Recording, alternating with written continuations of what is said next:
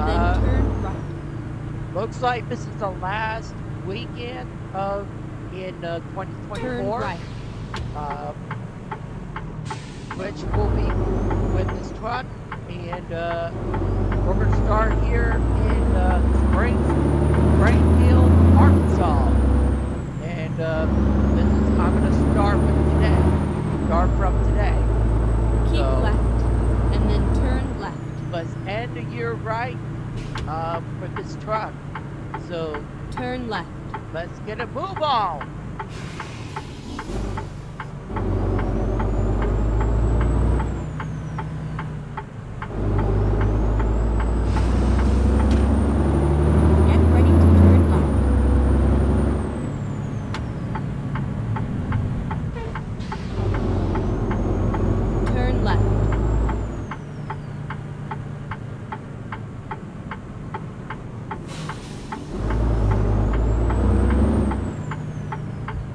Turn left.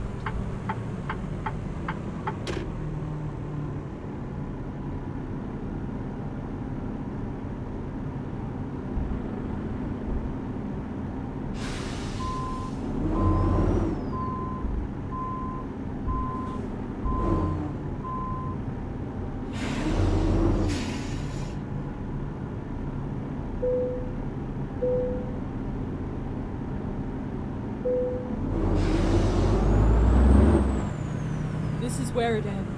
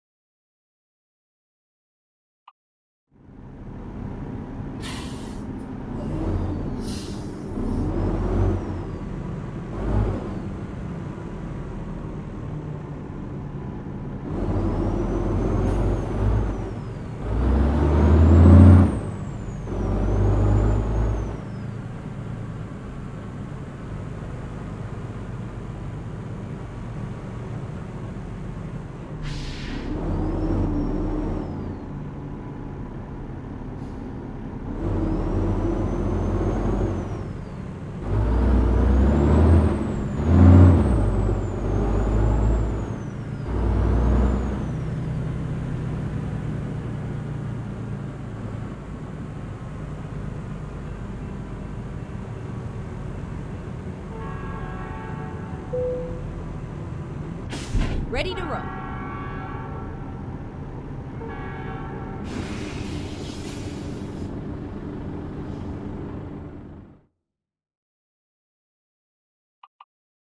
Substance over sensationalism, elections, conflict, climate. Trust a news source that cuts through the noise with news that matters. Fair, thoughtful coverage of the events that impact our lives. PBS NewsHour, weeknights at 6 on Houston Public Media TV 8. You stuck in a cooking rut? Don't worry, we have suggestions for you. This Bible of Southern cuisine is just a real treat. It's the first Salvadoran cookbook from a major U.S. publisher. This cookbook reads like a friend is nerding out to you. Cookbooks we love from the past year. And of course, the latest news, Saturday and Weekend Edition from NPR News. You can hear that tomorrow from 7 to 9 a.m. right here on News 88.7. And thanks for listening during your holiday season. Happy holidays from News 88.7. We are KUHF Houston, a service of the University of Houston. It's mostly cloudy, 75 degrees right now here at the U of H. Tonight dropping down to about 63. Also some increasing clouds and fog on the way and a 40% chance of rain tonight. The time is 5:50. This is All Things Considered from NPR News. I'm Juana Summers. And I'm Ari Shapiro. U.S. homelessness numbers have gone up again to a record high. The federal agency that does the count released its figures today and cites rising rents, among other factors. But Biden administration officials say it seems possible the number of unhoused people has fallen since the count was done nearly a year ago. NPR's Jennifer Ludden joins us to sort through these results. Hi, Jennifer. Hi, Ari. Will you first explain what this snapshot count is and what it showed this year? Turn left. Yes, so this is a count that takes place all around the country every January. It's compiled by the Department of Housing and Urban Development. And this year, it found 770,000 people living in shelters or outside on streets and parks in their cars. That is up 18% from last year. 18%. And it is the largest number since they started doing this report in 2007. Yes.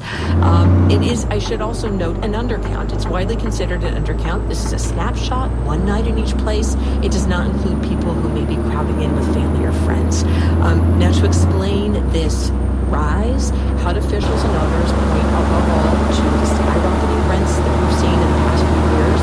They also cite the recent increase in migrants coming to the U.S. without a place to live, especially migrant families, and extreme weather disasters, for example, the fire in Maui last year. We've reported on each of those things individually, so why do officials who put out this annual count think the homelessness numbers might have actually improved since the count was done in January? Right, and we will see whether they have. But for one thing, in June, President Biden took action to limit asylum claims and cap illegal border crossings. Since then, HUD officials say that cities like Denver, Chicago, and New York have really been overwhelmed with asylum seekers, have reported a dramatic drop in migrants in their shelters. Also, the number of homeless veterans fell this year to a record low. That was one bright spot in the report, and there has been a lot of spending on subsidized housing for them. Rents are also not going up as much. They're even down in some places. I spoke with Jeff Olivet, who until recently headed the government's interagency council on homelessness, and he says even some big cities where the problem has been growing saw a turnaround.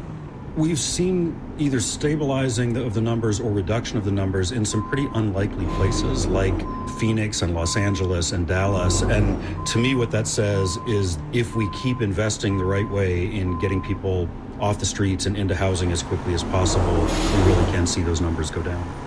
The Biden administration has touted how it has boosted spending on housing subsidies specifically for homeless people, but there has been some opposition to that kind of spending, including among allies of President-elect Trump. Yeah, so what can you tell us about how the Trump administration is likely to approach homelessness? Well, there is a push among his allies to shift spending away from housing and more toward requiring treatment for drug addiction or mental health problems. President-elect Trump has also expressed a lot of support for bans on so-called street camping, where cities and states pass laws to make it a crime to sleep outside in public. We are seeing an uptick in this, more people getting citations or even being arrested. Housing advocates do worry that those kinds of changes could only make the problem worse. But there is just a lot of public frustration over homelessness. And, people are seeing what today's numbers show, that at least in some places, there are even more people living on streets, in parks, and other public places. That's NPR's Jennifer Ludden. Thank you. Thank you. Squid Game is back for a second season. Season 1 of the hit show, which came out in 2021, quickly became Netflix's most popular show of all time. It told the story of hundreds of contestants fighting to the literal death in hopes of winning a cash prize. And though the story was melodramatic and outrageous, it touched on real societal issues that resonated with people. Here to look back on the success of Season 1 and talk a little bit about this new season is Suk-Young Kim, professor at UCLA School of Theater, Film, and Television, and author of the book Surviving Squid Game. Thanks for being here. Thank you for having me. I want to start by talking about the first season of Squid Game. It was hugely successful, but for people who didn't see it, what do you think it was about this story, the way that it was told, that really just sucked so many people in? Right. I think everything about the story was familiar, at the same time refreshing in its format. All those games based on children's games in Korea is something that people will understand easily because rules are simple, but at the same time they're tied to this life and matter death. And it really captured the psychological edge of people who have no options but to play these deadly games just to pay off their debt. And we should remember that it was released during the height of COVID when the wealth gap around the world was deepening. You've written about how Squid Game is in a lot of ways indebted to the genre of Korean drama. drama or K-drama. How would you describe that relationship? Right. So a lot of K-dramas usually end in cliffhangers. So when I was watching Squid Game season 1, I just couldn't stop watching because every episode ends in the middle of action. And also the deep, intense portrayal of family relationship, friendship, and human network is so crucial. It's the foundational fabric of Korean drama. And Squid Game still retained some of the foundational features of how important sustaining your deep human network is. So Squid Game was indebted to the K-drama, but what did the success of Squid Game mean for Korean TV and movies and their reach globally? No other Korean drama had success at this level in terms of reaching the global audience. And it, I think, opened a lot of doors for new talents. But at the same time, the local distribution and production companies are struggling deeply nowadays as a result of presence of global companies such as Netflix, because they bring up the cost of production and the guarantee for talents. So it is a double-edged sword. Season 2 is out now, and I don't want to spoil it for people, but I know that you have watched some of it. What do you think so far? Well, it confirmed conventional wisdom that sequels are not as good as originals. And I must admit that I was disappointed because the freshness, the psychological edge of the first show was gone. And we have more violent and more dramatic sets playing on a bigger scale with more characters, but I just thought that the story felt flat, partly because the main character, Ki-hoon, now turned into this incarnation of morality, and he became very preachy, and I don't quite follow the character arc as I did with the season 1. That is Suk-Young Kim, professor at UCLA and author of Surviving Squid Game. Thank you so much. Thank you.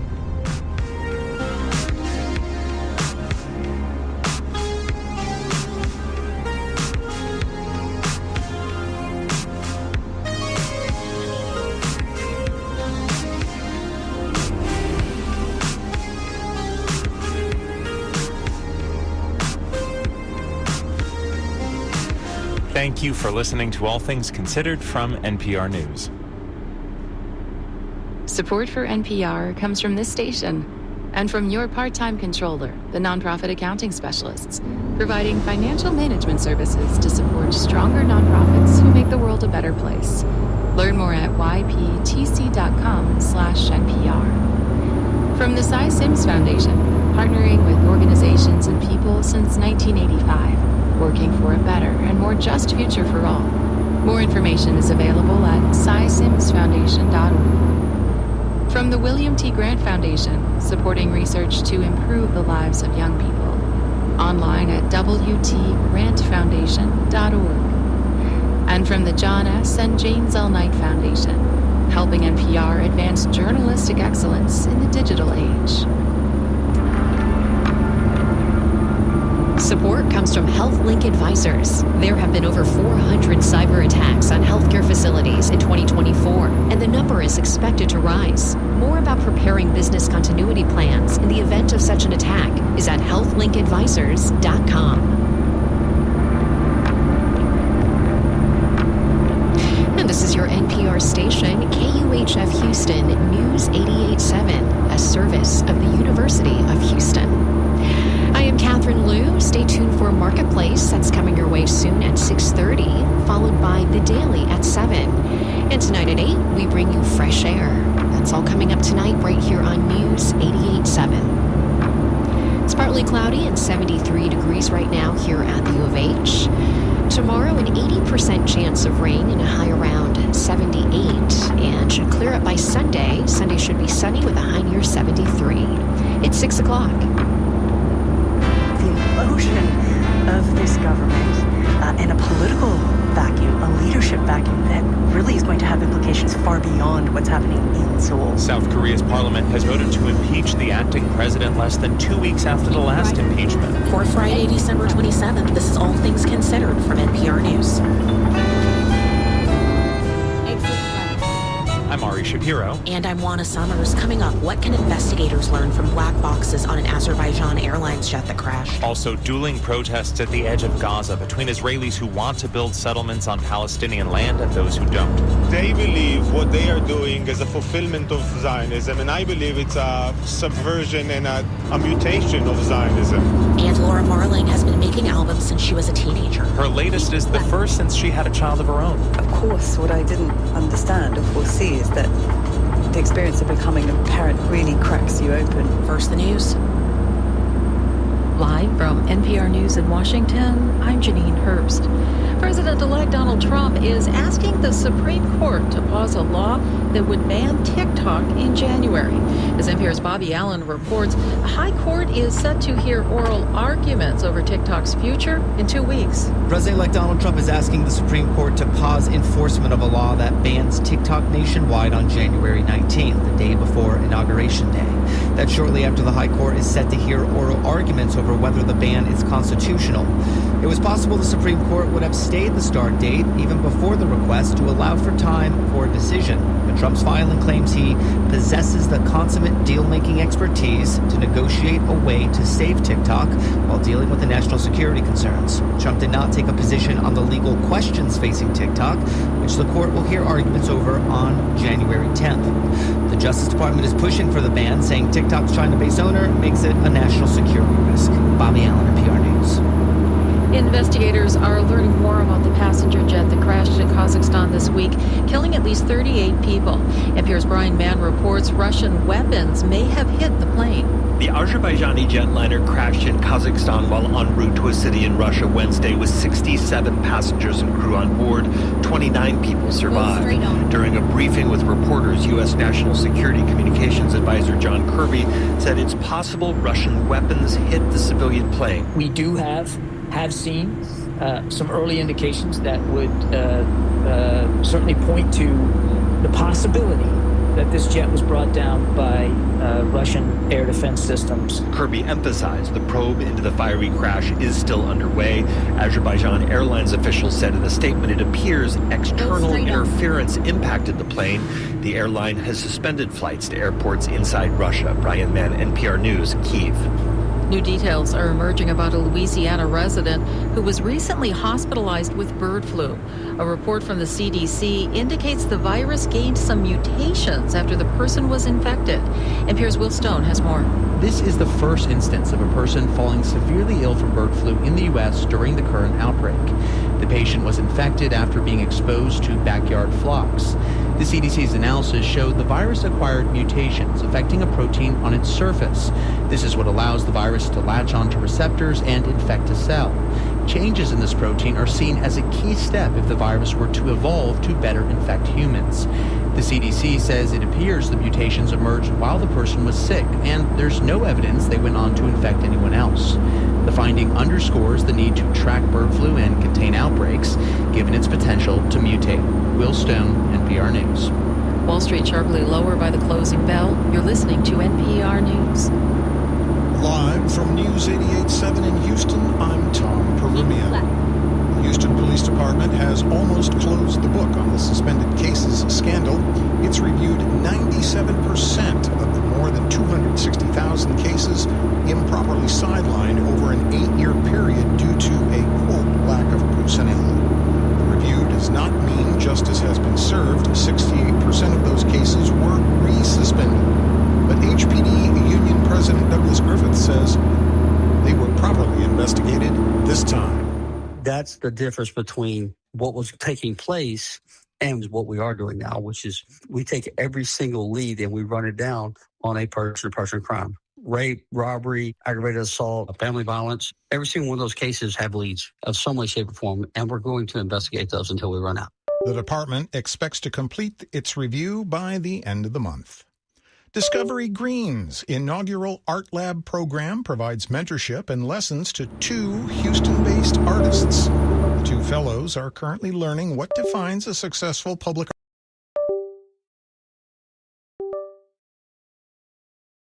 Discovery Green says the project is sparked out of need. But this kind of interactive work is pretty rare.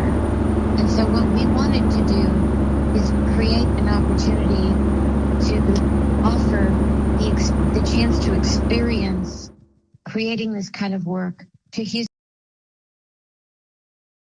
artists. Now, the artists selected will be awarded a budget of $80,000. With that $80,000, they'll need to create and install artwork at Discovery. Taking a look at sports, the Rockets open a 4-game homestand against the Minnesota Timberwolves tonight at Toyota Center. Tip-off is at 7 p.m.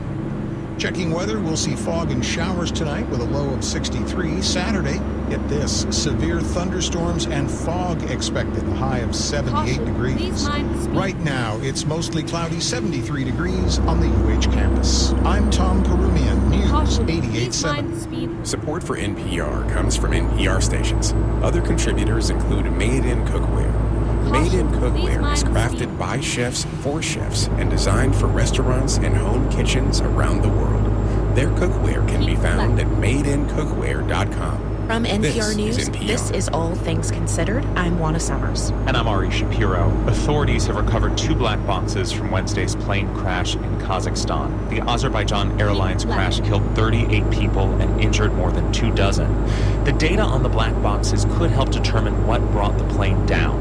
Video shows punctures in the rear of the aircraft. That's raised questions about whether an explosion over Russia could have downed the jet. Sean Pruchnicki teaches at the Center for Aviation Studies at The Ohio State University. He is not on this case, but was trained in accident investigation at the National Transportation Safety Board. Welcome. Thank you. Thanks for having me. Based on your training, what are your initial thoughts about the crash? Well, I think we have a tremendous amount of information here already. This early after the accident, that in fact this airplane was brought down by a missile. By a missile? What makes you say that?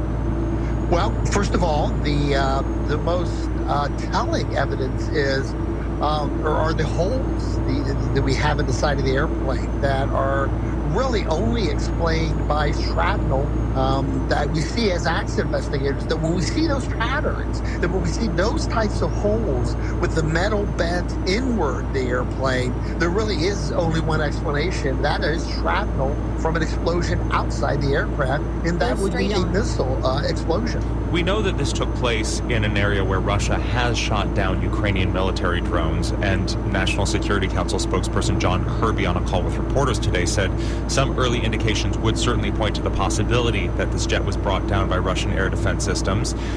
At the same time, Russia's aviation authority has offered an alternative explanation, saying maybe the plane hit a flock of birds. Based on what you've seen, does that seem plausible?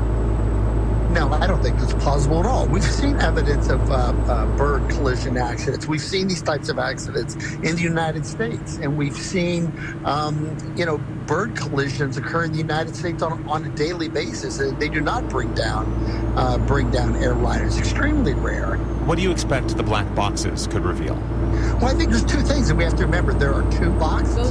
One, the cockpit voice recorder, and it's going to be very interesting to hear what the pilots are talking about before the missile explosion, and during, and then after.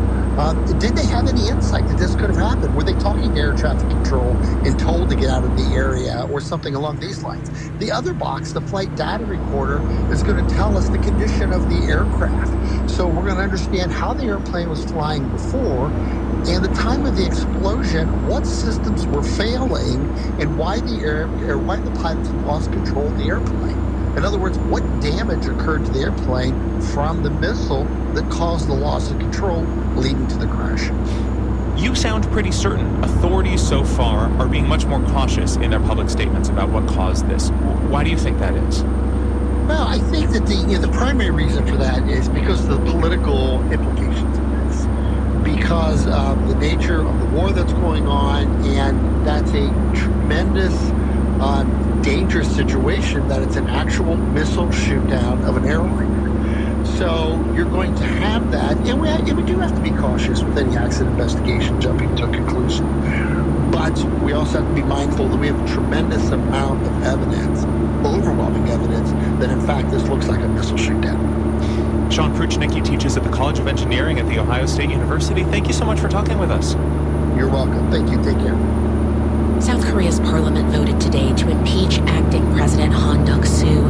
This move comes less than 2 weeks after lawmakers impeached President Yoon Suk-yeol. President Yoon had attempted to invoke martial law earlier this month, setting off a series of events that's created turmoil in South Korean politics.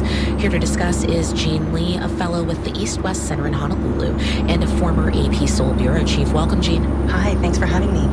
I mean, it seems just to someone who's watching all of this play out, this happened out of the blue. Do we have any sense of why the acting president was impeached? This comes down to politics. Politics is very partisan in South Korea. For us, it looks like political upheaval, but it really comes down to a domestic political battle that has far-reaching implications. And so what this comes down to is the ruling party trying to hold on to power and the opposition really trying to take advantage of this political upheaval to force its way into power. But of course, for us looking at it from a distance, this is what it looks like, and what it is the implosion of this government and a political vacuum, a leadership vacuum that really is going to have implications far beyond what's happening in Seoul. It's happening at a time of transition politically here, in Washington, at a time when you really need South Korea to be working closely with the United States to shore up that relationship and to shore up the relationship with Japan, because you've got these bigger issues, North Korea working with Russia, and when you have a political vacuum, it just means that there is a more tenuous communication and cooperation. And so that's what has me very concerned. South Korea has been such an important partner for the United States politically. And also, it is one of the world's largest economies. And this news, so that one of the things that I looked at was what's happening to the South Korean currency. I mean, it is just tanking. It's at its lowest in more than 15 years, almost 16 years. And so that also means there's this economic volatility. This impeachment means that the acting president has been relieved of his duties. So just at a practical level, who is running the country now and what comes next? So the impeachment vote means that the acting president's duties have been suspended. So he will have to wait to see if the Constitutional Court will vote to uphold it or overturn it. So we now have got the president who's waiting for that decision. We've got the acting president waiting for that decision. Both of their duties have been suspending. The deputy prime minister for economic affairs, who is the finance minister, is now stepping in. And this is really interesting because I will be watching very closely to see what kinds of decisions he makes. I just talked about economic volatility. He is somebody that perhaps will look at the broader implications of economic instability and investor confidence in South Korea and maybe make some decisions that will help bring some stability politically. Jean, what are you hearing from people in South Korea as they are digesting this latest news? I think for all South Koreans, it's extremely frustrating. They take democracy very seriously. It's very young democracy, and it's a hard-won democracy, and they take it very seriously. So that's why you've seen this passionate outpouring of people into the plaza outside the National Assembly. I don't know if you've been there, but it is massive. And the images that we're seeing of people just filling that plaza, it's inconceivable to me, with their K-pop batons, right? With their K-pop torches. But it's a political battle as well. So I think that there's a lot of frustration at how a partisan divide can spill over and cause this type of government paralysis. And frankly, I think that we have some lessons that we can learn from that as well. Can some moderates come in and really bring this country, this government, back on stable footing? That's Jean Lee, a fellow with the East-West Center in Honolulu and a former AP Seoul bureau chief. Thank you so much. Thank you. Okay, Juana, for this next story, I want you to imagine smashing your face into snow. I would rather not. Yeah, me too. Sounds unpleasant, right? It does. Well, imagine that you had to do this over and over again in order to eat. That's what this time of year is like for Arctic and red foxes. They hunt for rodents by plunging into the snow head first. NPR's Mel Greenfield-Boyce reports on how they managed to do that without getting hurt. Sunny Zhang is a researcher at Cornell University. He'd been studying how some birds manage to plunge from the air into the water to catch fish. And then he thought, what if the water was not liquid? What if it was snow? Snow is somehow very complex but interesting material that exhibit both solid and fluid properties. Like a solid, it can be compressed into, say, a snowball. But like a fluid, it can also flow. If you sweep your hands through snow, it moves around your fingers. So snow has the two different behavior depending on how you're gonna deal with the snow. This made him wonder how foxes deal with snow when they dive into it. He and some colleagues collected a bunch of nature videos that showed foxes hunting. A fox starts by listening carefully, turning its head right and left to hone in on where the rodent is under the snow.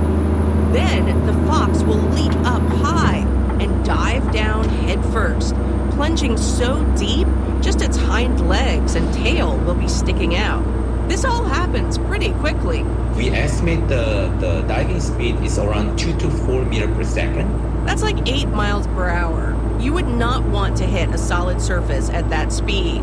Jong suspected that the long, pointy snout of foxes might minimize the compression of the snow. So since they have a very sharp snout, they can shear the snow. The snow behaves like a fluid, and they can reach deep into the snow. He and some colleagues tested this idea using models of skulls. They made them by running a bunch of skulls in museum collections through a 3D scanner, different fox species, plus animals with more flattened faces like bobcats and lynxes. They then used 3D printers to make replicas of these skulls, studied them with sensors, and tested them. They were in upstate New York. In winter, that's a very snowy place. So that's what we can just study by dropping this 3D printed skull into the snow. The skulls were dropped into the snow in a controlled way, of course. The results got published earlier this year in a science journal. They show that a long, slightly curved fox snout does indeed reduce impact forces. This fascinated other scientists who study skull shape. Rachel Roston is a comparative anatomist with the Seattle Children's Research Institute. She says normally the skulls of mammals are mostly thought of as housing and protecting sensory organs. Most variation is just in, say, the position of the eye sockets. And so I think anytime we see the skull and the head sort of being used for a different purpose, it sort of catches our attention. She says some mammals burrow through soil or swim through the water. But snow creates a very different kind of challenge, one that foxes seem well equipped to handle. Nell Greenfield-Boyce, NPR News. You're listening to All Things Considered from NPR News. There's more to the story at HoustonPublicMedia.org. From in-depth coverage of issues affecting all Texans to informing you about the latest breaking news, we prioritize exceptional reporting that's always available on your favorite device. Join us daily for political news that puts substance over sensationalism and community news that shines a light on voices across Houston and beyond. Anytime, anywhere, there's always more to the story at HoustonPublicMedia.org. Houston Public Media brings to you PBS World, 24 hours a day, 7 days a week on TV 8.6. Experience the personal connection behind the headlines with programming devoted to telling stories that humanize complex issues. PBS World helps us understand the movements, conflicts, and cultures that connect us all.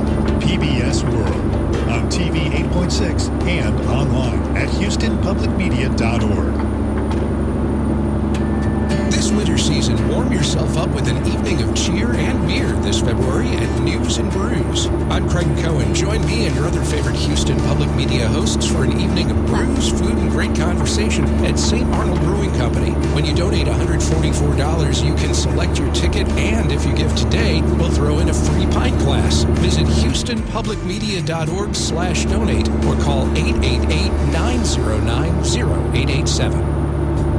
Support comes from City Lights, downtown Houston's display of holiday lights and ice skating, sweet treats, and event vendors. Visitors experience the holiday season through 12 different villages spanning downtown. Details and hotel information at visithouston.com. Tonight on Houston Public Media TV 8, American Masters presents How It Feels to Be Free, exploring the lives and trailblazing careers of Lena Horne, Nina Simone, Cicely Tyson, and others. Tonight at 8 on TV 8 or stream on the PBS app.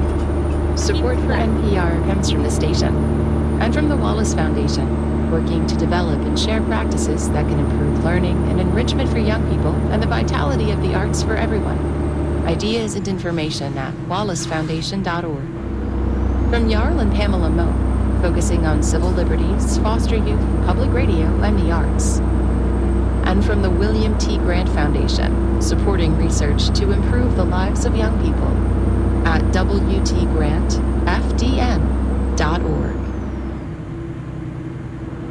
From NPR News, this is All Things Considered. I'm Juana Summers. And I'm Ari Shapiro.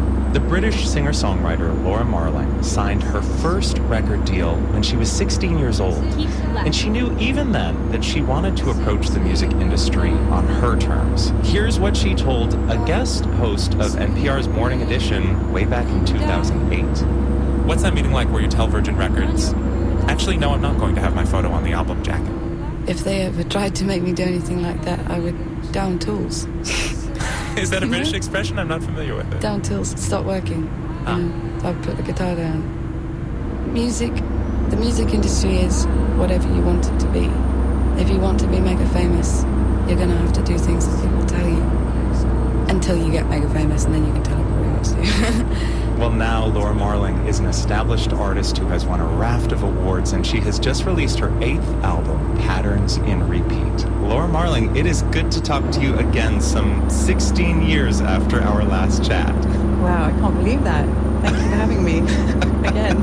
It's really nice to have you back. You had such a clear vision, even as a teenager, of how you wanted to relate to the music industry, how you wanted to shape your career. How has that vision evolved as you have grown into the established adult artist you are today?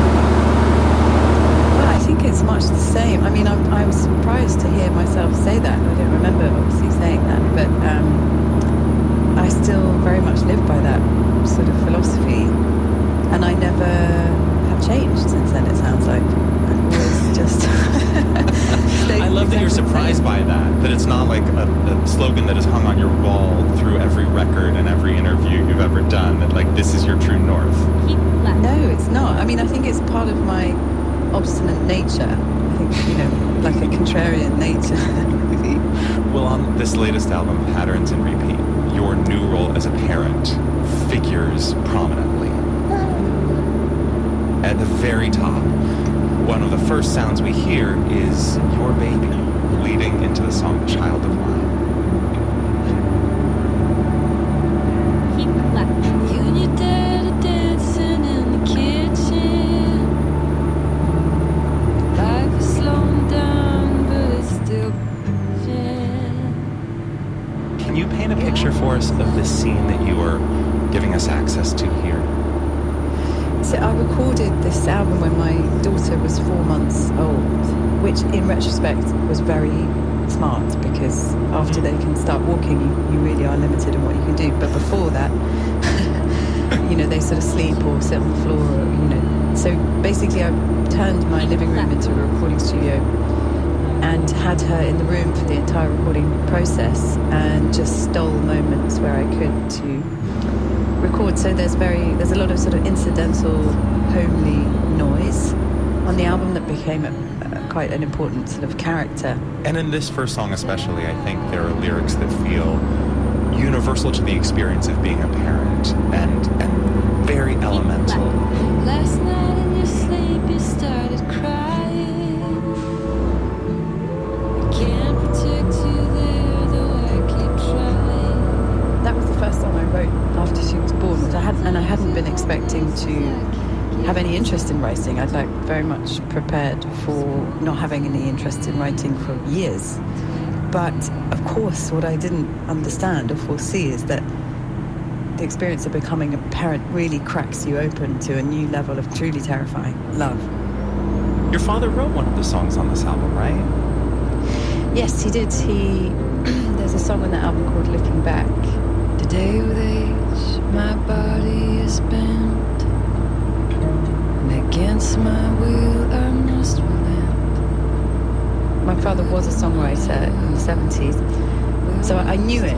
I'd always thought it was a really good song, and then he played it just sort of when he was here visiting after my daughter was born, and it just it floored me, the new relevance that it had to the album that I was putting together.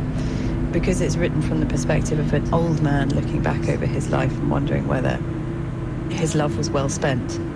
How did he react when he heard your version of it for the first time? He actually hasn't. Oh, what? He hasn't heard it yet. Yeah, he'll hear it when the album comes out. I mean, I suppose it might, yeah. Why are you keeping it from him? I don't know. Again, something to be investigated, some weird sort of crooked Are you going to like sit him down and, close the window shades and turn the lights low and play it? Or are you just going to let him download the album on his streaming platform and listen to it whenever he does? I think probably the latter. Yeah, I think I'm trying to avoid. I shouldn't judge, but that seems so odd to me. Welcome to my universe. But it's just sort of too embarrassing to confront him with it face to face. What do you think that means to him, to have that song he wrote on this album? He's a bit like me. He's sort of embarrassed by too much attention at once. But I think it will mean, I don't know, you love to know what your parents actually feel and think. They're kind of a mystery to me in the best way. One could ask. Yes, but that would be too straightforward. Cope with that. You wrote the title track of this album, Patterns and Repeat, when you, your partner, and your baby were in Paris for a funeral, and it was the first time you had ever taken your daughter to a hotel. So people can imagine all of the chaos that entails. Yeah. And there's this line. I want you to know that I gave it up willingly. I want you to know that I gave it up willingly. Nothing real was lost in the bringing of you to me. Nothing real was lost in the bringing of you to me. Will you tell us about what that means to you? And whether it's true? Yeah, it's certainly true. The funeral that we were attending was an extraordinary example of what it is to give everything to your children. Earlier I was saying, wouldn't it be great to understand the desires and inner workings of your parents? And in a way, it's part of the process that you don't know that, because it's for your benefit that their passions and desires are subjugated in your honor. And there's something profoundly healing about understanding that as you become a parent, and also something to be incredibly proud of. Do you think about your daughter someday using your songs, these lyrics, this album and others, to understand you in a way that you talk about wanting to or wishing you could understand your own parents? Maybe. Like, a big part of my early life was finding it very difficult to express myself, straightforwardly, and there may have been suggestions of that still being a problem in my life in this very interview, but in some ways that is a problem. But where I have never struggled to say something in terms of what I want to get across is in songwriting. So I hope it serves as that, if not just for my daughter, for people in general. Well, Laura Marling, it has been such a pleasure talking to you again after all of these years. Thank you for the conversation. Thank you so much. I really enjoyed speaking with you again. Her new album is Patterns in Repeat. And as those years go by, they'll look upon kindly. You're listening to All Things Considered from NPR News. The Hess brothers are two of Denmark's finest jazz musicians. Hess is more is the name of their funky band. Indulge in a musical feast with them on Toast of the Nation, an annual New Year's tradition. I'm Christian McBride. NPR's Toast of the Nation, New Year's Eve, beginning at 9 p.m. on News 88.7.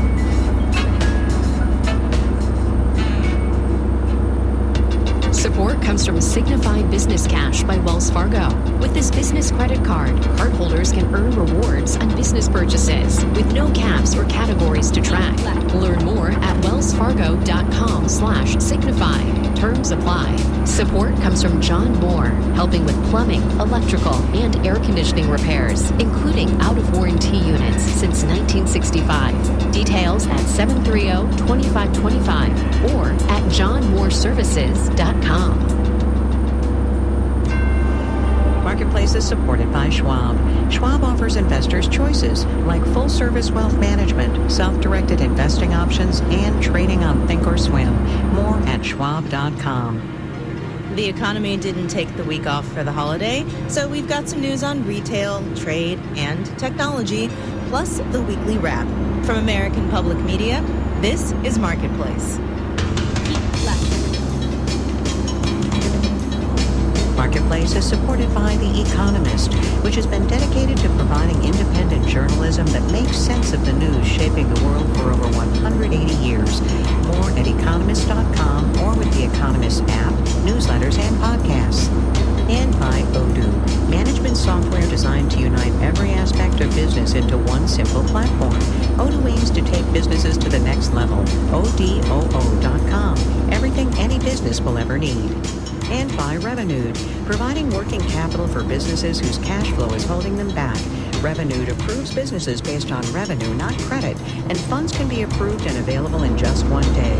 Visit getrevenued.com. In Washington, D.C., I'm Kimberly Adams in for Kai Risdall. It's Friday, December 27th. Good to have you along. The bulk of one of the busiest shopping periods of the year is pretty much over, and we are ready to dive into the details of what we learned about the American consumer, plus the other economic news of the week, and you know what? Why not? The year.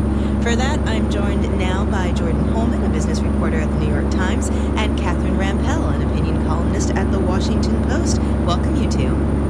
Hi, Kimberly. Hi, Kimberly. Hey there.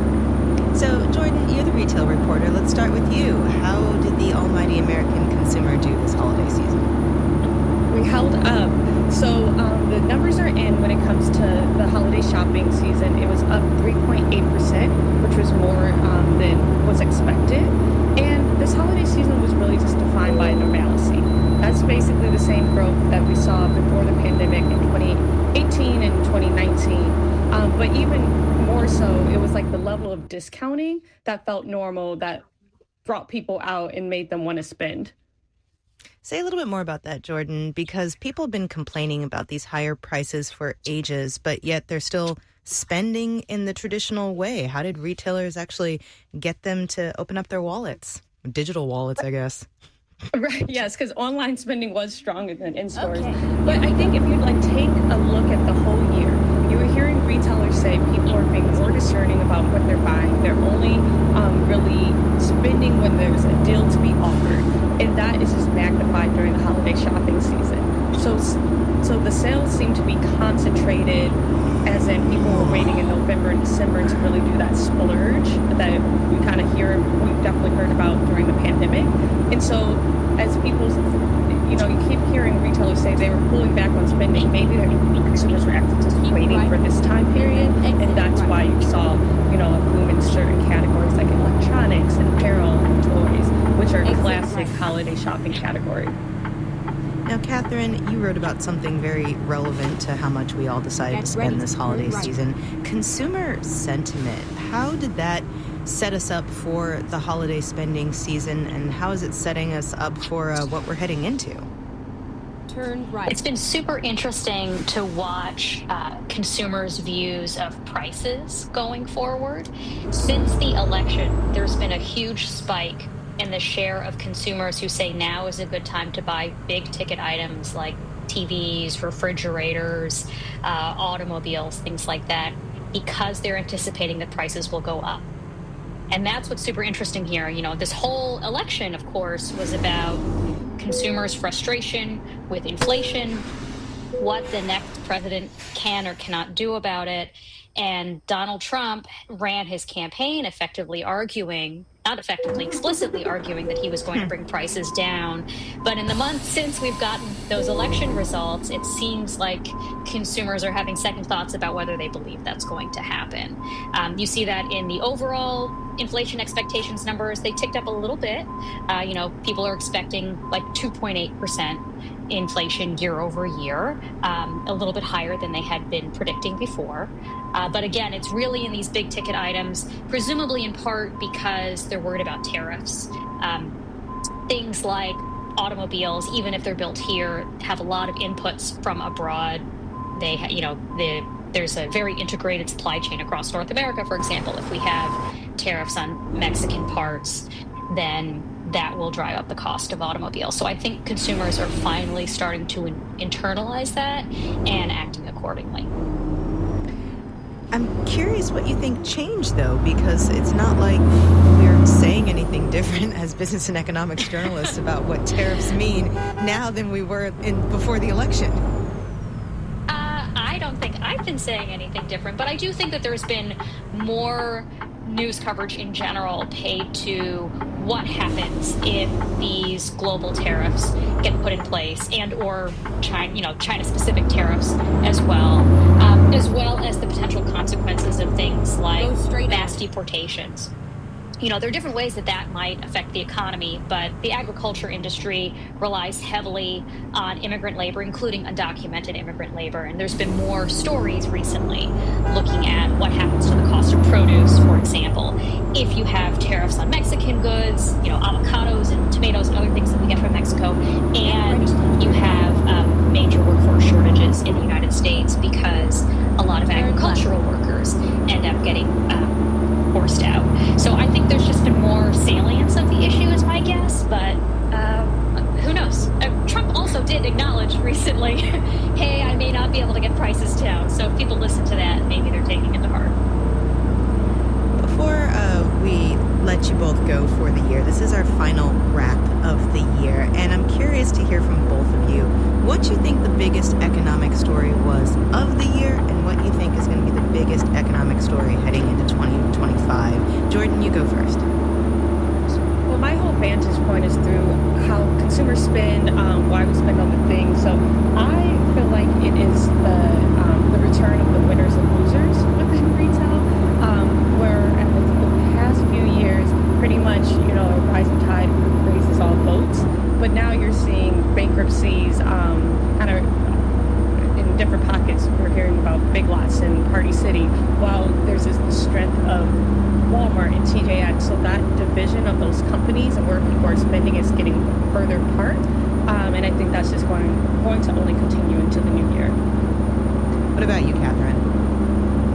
I would say this year it's still the story of inflation. Inflation has come down a lot, but that last mile has been really tough for the Fed to achieve. We're still above 2% inflation, which is the Fed's target, and the Fed recently has been revising its forecasts going forward about how much longer it will take to get inflation down. So that sort of last bit of stubbornness.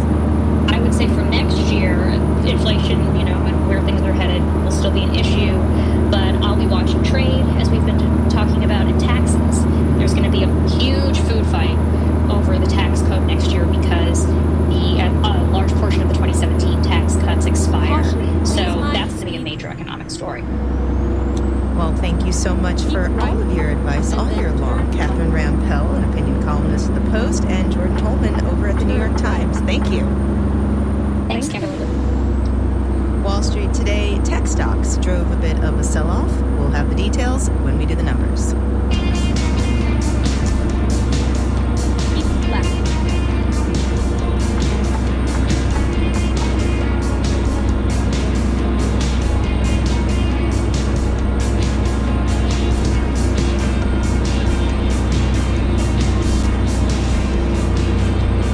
Speaking of trade, preliminary numbers out today from the U.S. Census Bureau show that the country's trade deficit in goods grew by over 4% in November, up to nearly $103 billion. Now, this isn't new. The U.S. has consistently imported more goods than it exports since about the mid-1970s. And narrowing the gap between imports and exports has long been a goal of incoming President Donald Trump, though the deficit actually grew during his first term in office. Marketplace's Henry Ebb takes a look at why we have a trade deficit in the first place and what that tells us about our economy. When we have a trade deficit in goods with other countries, that means just one thing, says Sharon O'Halloran at Columbia University. We're buying more things from abroad than we're selling. And Well, it's easy to think that means we're somehow losing to other countries. It's actually more complicated. For one, we export a lot of services, software, accounting, education, which changes our trade balance. Also, says Rachel Brewster at Duke Law School, what should be taken into account is how much investment you're getting into the country versus how many goods and services you're selling abroad. And on that level, we're doing well, Brewster says. Foreign countries and businesses want to invest in our stock market and in our government debt. And that is going to drive up the value of the dollar, and it's going to lead to a trade deficit. Because the stronger the dollar, the more expensive it is for other countries to buy our exports, but the cheaper it is for us to buy theirs. And we've been consuming a lot, which helps drive the U.S. economy. Mary Lovely at the Peterson Institute for International Economics, a marketplace underwriter, says our trade deficit reflects that we're consuming more than we're earning, which means we are borrowing. Borrowing is okay, she says, if it's going towards investments that eventually help us grow the economy. And it pays off in the future. We have a higher income. We can easily meet those payments. But if we're just spending on stuff that doesn't eventually help us produce more, she says, that's where things can get messy. I'm Henriette of the Marketplace.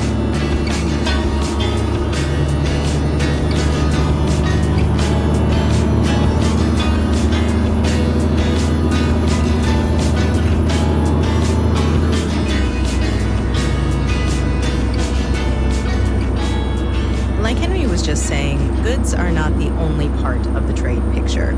Countries also export the things people do as well as the things people make. And according to data from the UN, service exports now represent a quarter of world trade. Domestically, that number is even higher, with services making up more than 3/4 of the U.S. economy. So to understand that services slice a little more clearly, we decided to check back in with Lisa Pena, owner of Urban Hikes in Kansas City. Lately, business has been doing well, despite it being cold in Kansas City. We have a seasonal urban hike on the Country Club Plaza that is in conjunction with the Plaza Christmas lights. That has been filling up a lot of the weekends that we offer it, and we just offer it in December. However, since it is cold, we're offering less hikes, and we will start to offer more hikes in March. When I think about the wins this year, I think about some small wins of a $10,000 increase in revenue and a $5,000 increase in profit, and we still aren't finished with December, but that is looking at the whole year. We've had 300 more participants participate in our urban hikes this year, and we are up to 9 guides right now, and with myself, we're 10 guides total. We just added a new guide this December to give our plaza hike. We have grown a lot in our community collaborations. For example, we've collaborated with the Kansas City Library, the local KCUR, the World War I Museum, and we're even highlighted in the Kansas City, Kansas School District Annual Report. We also have added 5 new hikes this year, which is pretty exciting. Our most recent hike is Taste Your Way Through KCK, where we have different coffee samples, a taco sample, and also a bread and pastry sample from a local Mexican bakery.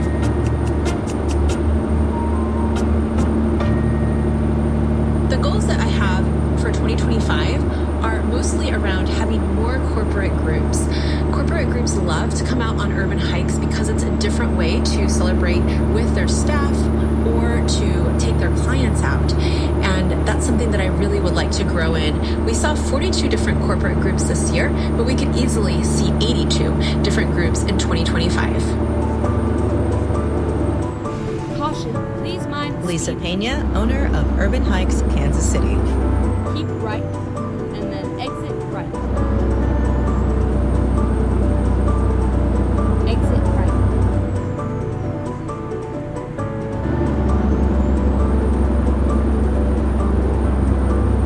Coming up, basically I'm gonna add like a burger, pizza, a broccoli, and a cookie on the side. Interesting combination. But first, let's do the numbers. The Dow Jones Industrial Average lost 333 points, 0.75%, to land at 42,992. The Nasdaq fell 298 points, 1.5%, to close at 19,722. And the S&P 500 shed 66 points, 1.1%, to finish at 5970. For the week, the Dow added 0.33%, the Nasdaq picked up 0.75%, and the S&P 500 improved 0.7%. Tech stocks, which rode high this past year, took a bit of a hit today. Meta subtracted 0.6%, Alphabet, parent company of Google, slid 1.5%. Chipmaker Nvidia was off 2%. Bond prices fell, the yield on the 10-year T-note rose to 4.63%, and you're listening to Marketplace. Marketplace is supported by Sony Pictures Classics, presenting Becoming Led Zeppelin, a documentary that explores the origins of this iconic group, exclusively in IMAX February 7th, everywhere February 14th. Tickets at BecomingLedZeppelinFilm.com. And by Total Wine and More, helping shoppers find gifts for everyone on their holiday list, including a single-barrel bourbon for Dad. Curbside pickup and delivery offered in most areas. TotalWine.com. Drink responsibly. Be 21.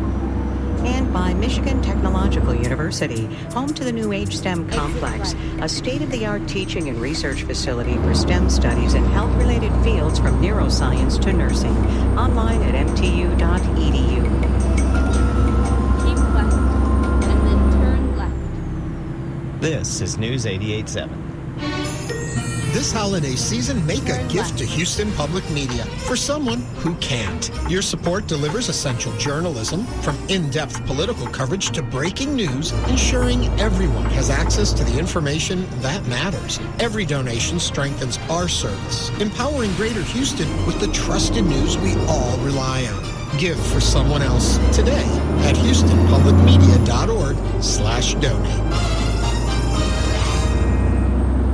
Weber with Houston Public Media's Fort Bend County Bureau.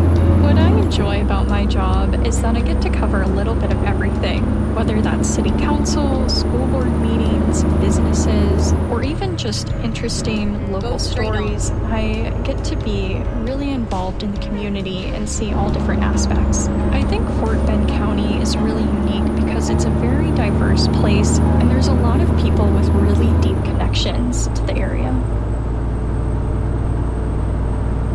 This is Marketplace. I'm Kimberly Adams.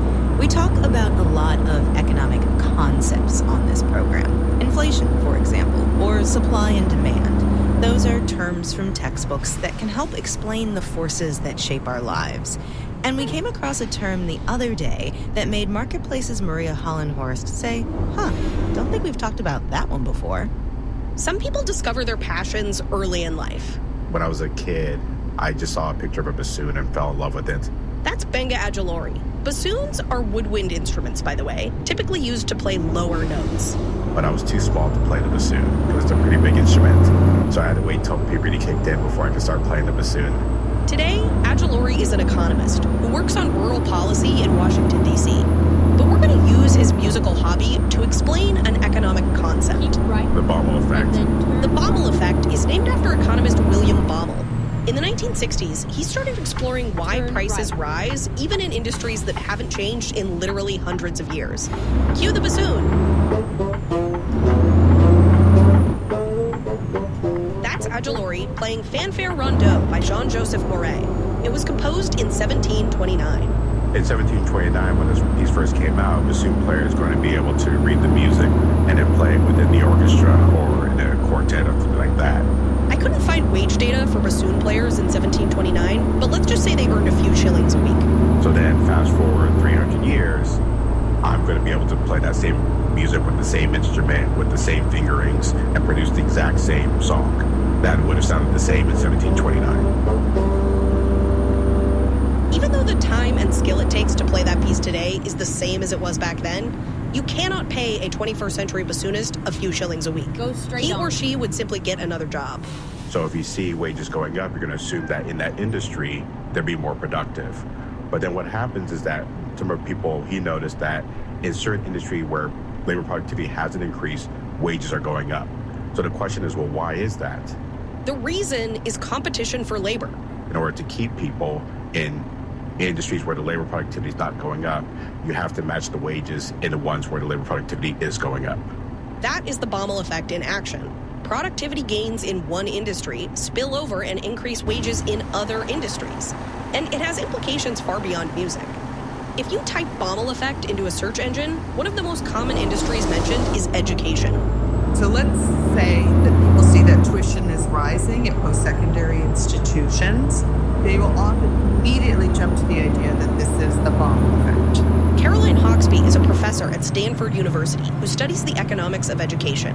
And when you think about it, teaching is kind of like a live performance. You have professors like me, where what we do is advise PhD students one-on-one and discuss the latest research. And really, we're probably not that much more productive than we've been in the past. Universities have to compete for workers with other industries like tech or finance that have gotten more productive over time. So wages go up. But Hawksby said you can't blame all tuition cost increases on Baumol. Some areas of education do not really have that much of the live performance aspect to them anymore, and in fact are kind of going in the other direction. And this was accelerated a lot during the pandemic. Like online classes, which make it easier for professors to teach thousands of students. One big question in thinking about where the Baumol effect applies and where it doesn't is, well, what does greater productivity mean? That's economist/bassoonist Benga Adjolori again. And he said there are ways in which you could say that technology has even made musicians more productive. I mean, 300 years ago, a quartet needed 4 musicians playing live. But this is a recording of Adjolori playing all 4 parts of Rondeau at different times. He recorded it months ago, and now you're hearing it while he's off doing something else. Economics, maybe? I don't know. So in a way, I am more productive. It's just that productivity isn't always the point. Sometimes you just want more arts and culture. You can bet that new technology is going to make a whole lot of industries a lot more productive in the next few years. Think of AI. I was doing something even very simple in a statistical computer program the other day, and I was like, how do you do that? I just used my friend ChatGPT, and it came up with code. And I bet, I saved a couple hours. That's Melissa Thomason, an economics professor and associate dean at Miami University in Ohio. Think about how much more code I could write because I didn't have to struggle with trying to remember this very arcane thing that I hardly ever use. So the Baumol effect would say that that's pushing wages in the tech sector higher. And that could have spillover effects for all sorts of industries, even the ones that don't use AI. I'm Maria Hollenhorst for Marketplace. Get ready.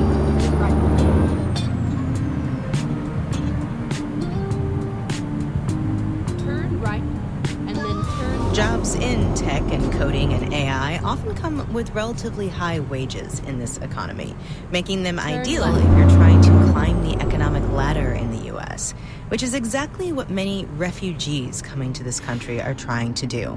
Last year, over 60,000 refugees resettled in America, and among those that are working age, many end up starting with low-wage, low-skilled labor.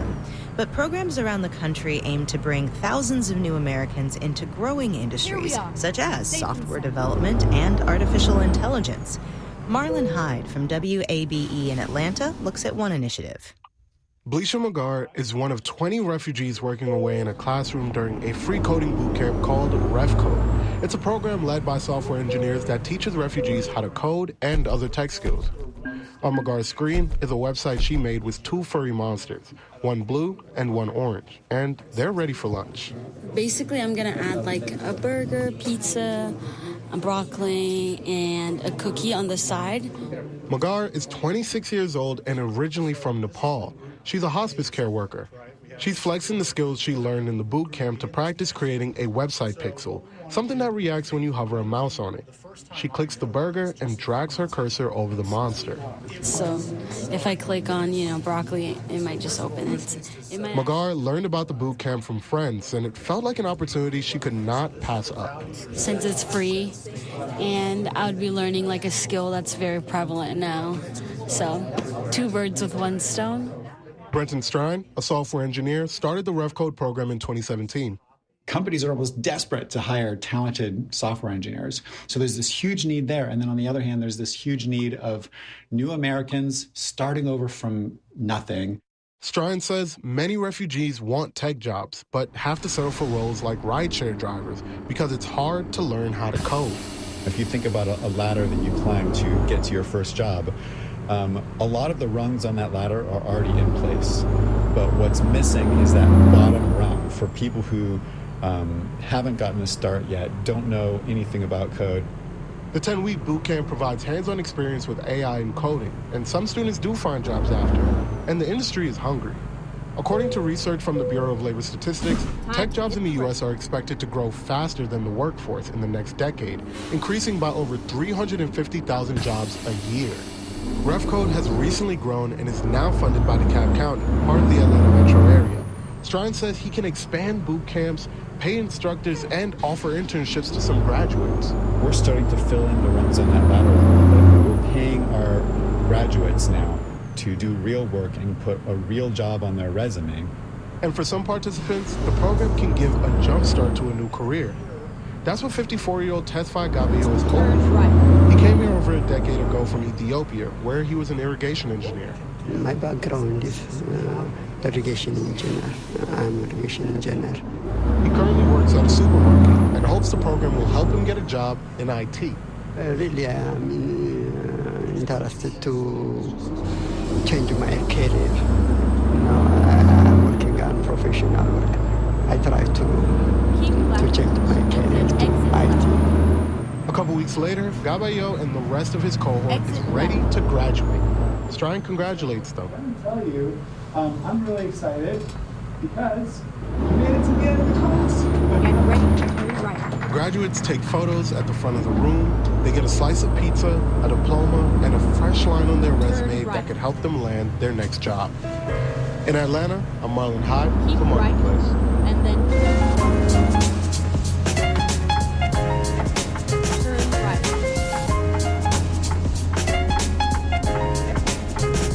Marketplace is supported by USB Technology, reminding consumers worldwide that USB-enabled products with the certified USB logos are designed for performance, power, reliability, and interoperability. Learn more at certifiedusb.com. And by Betterment, an automated investing platform that helps make it easy to invest. Learn more at betterment.com. Investing involves risk. This final note on the way out today, not every refugee can get the kind of skills training like we heard about in Atlanta, and finding work is particularly fraught for those seeking refugee status who enter the country illegally. The surge of migrants in several parts of the country is one of the reasons federal officials blame for a more than 18% increase in homelessness in the U.S. this year. In addition to migration and overall lack of affordable housing, plus several significant natural disasters helped contribute to the surge. One somewhat bright spot in the numbers, veteran homelessness is down by more than 55% since 2010. Our theme music was composed by BJ Liederman. Marketplace's executive producer is Nancy Fargali. Donna Tam is the executive editor. Neil Scarborough is the vice president and general manager. And I'm Kimberly Adams. Have a great weekend, everyone. We will be back on Monday.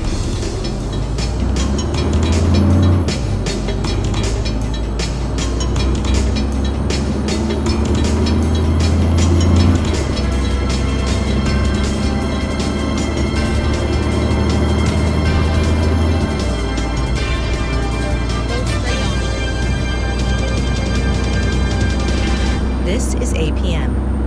And this is News 88.7. Good evening, I'm Stephen Kay.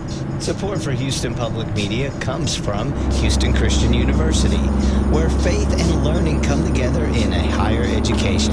Wishing listeners a Merry Christmas and Happy New Year. More at hc.edu. Houston Public Media is a service of the University of Houston and is supported with your gifts to the Houston Public Media Foundation. More information available online at houstonpublicmedia.org/donate. Looks like we have a slight chance of showers tonight. Otherwise, mostly cloudy with increasing clouds, low around 63. Tomorrow, thunderstorms likely, mainly in the afternoon. We may see some fog in the early morning hours, high near 78.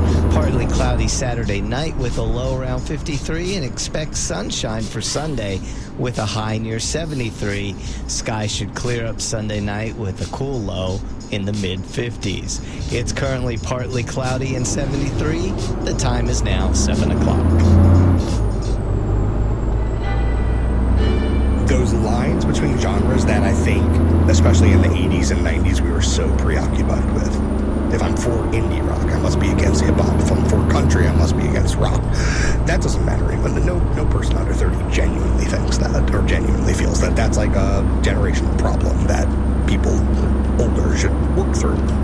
I'm Michael Barbaro. That's coming up on The Daily from the New York Times. The Daily is supported by Progressive Insurance. Progressive is currently looking for individuals in a variety of career fields who are interested in building a career and joining an inclusive and unique culture. More information, including application, at progressive.com/careers. Hear the stories shaping the world's conversation. You're listening to The Daily, produced by the New York Times. Learn more at nytimes.com/thedaily. Live from NPR News in Washington, I'm Janine Herbst. North Korean troops are suffering major losses in Russia's war against Ukraine. NPR's Michelle Kellerman reports that's according to the Biden administration, which has been watching their involvement closely. National Security Council spokesman John Kirby says that 1,000 North Korean troops have been killed or wounded in the past week alone. He says Russia treats them as expendable. He's also raising doubts about Russian President Vladimir Putin's latest comments about possible peace talks with Ukraine. I mean, just over Christmas Day, he's launching waves of missiles and drones against Ukrainian infrastructure. This is not a man who anyone should take seriously when it comes to saying he's ready for a negotiated settlement. He has proven quite the